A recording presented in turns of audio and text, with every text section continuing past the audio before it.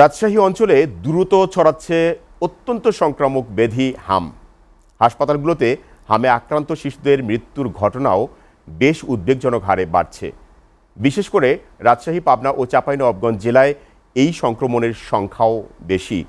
অন্তর্বর্তী সরকারের সময় টিকা কার্যক্রম ব্যাহত হওয়ায় এমন মহামারী পরিস্থিতি, এমনটাই বলছেন স্বাস্থ্য বিশেষজ্ঞরা। তবে হাসপাতালের অব্যবস্থাপনার কারণেও হামের সংক্রমণ ছড়িয়ে পড়েছে অভিযোগ রোগীদের স্বজনদের। রাজশাহী থেকে জাহিদ হাসানের প্রতিবেদনে বিস্তারিত। রাজশাহীতে বেড়েছে হামের প্রকোপ। গত 24 ঘন্টায় রাজশাহী মেডিকেল কলেজ হাসপাতালে হামের উপসর্গ নিয়ে ভর্তি হয়েছে আরও 50 রোগী। দ্রুত সংক্রমণের ফলে বাড়ছে মৃতের সংখ্যা। গত 2 মাসে রাজশাহী মেডিকেল কলেজ হাসপাতালে মারা গেছে 30 শিশু, যাদের অধিকাংশই ভর্তি হচ্ছে হাঁচি, কাশি, জ্বর ও সর্দির উপসর্গ নিয়ে। পরে ধরা পড়ছে সংক্রামক ব্যাধি হামের ভাইরাস।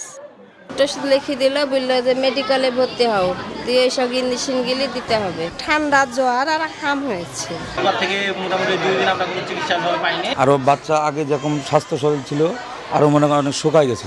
গত জানুয়ারি থেকে হাম দেখা গেলেও ফেব্রুয়ারি মাস থেকে এর প্রাদুর্ভাব বেড়েছে বলছেন চিকিৎসকরা। মানে অক্সিজেন দেওয়ার জন্য হয়তো কিছু কিছু পেশেন্টকে, 2-4টা পেশেন্টকে আমরা অন্য রুগীদের বেডের পাশে হয়তো যেখানে অক্সিজেন বেশি আছে সেখানে রাখতে হচ্ছে। এদিকে সোমবার রাজশাহী মেডিকেল কলেজ হাসপাতাল পরিদর্শন করেছেন বিএনপির স্বাস্থ্য বিষয়ক সম্পাদক ডাক্তার শফিকুল ইসলাম। তিনি সাংবাদিকদের জানান, অন্তর্বর্তীকালীন সরকারের সময় ভ্যাকসিন কার্যক্রম ব্যাহত হওয়ায় প্রাদুর্ভাব সৃষ্টি হতে পারে, তবে আতঙ্কিত না হওয়ার পরামর্শ দিয়েছেন তিনি। এর মাধ্যমে এদেশের গভর্নমেন্ট সবসময় সেটি পেয়ে এসেছিল এবং তারপর থেকে অন্য একটি প্রতিষ্ঠানের মাধ্যমে কিন্তু সেই ভ্যাকসিনেশনকে ক্রয় করার জন্য কিন্তু বলা হয়েছে। পরিস্থিতি মোকাবিলায় সরকার দ্রুত কার্যকর পদক্ষেপ নেবে, এমনই দাবি রোগীর অভিভাবক ও সচেতন মহলের। Zahid Hasan, SA TV, Rajshahi.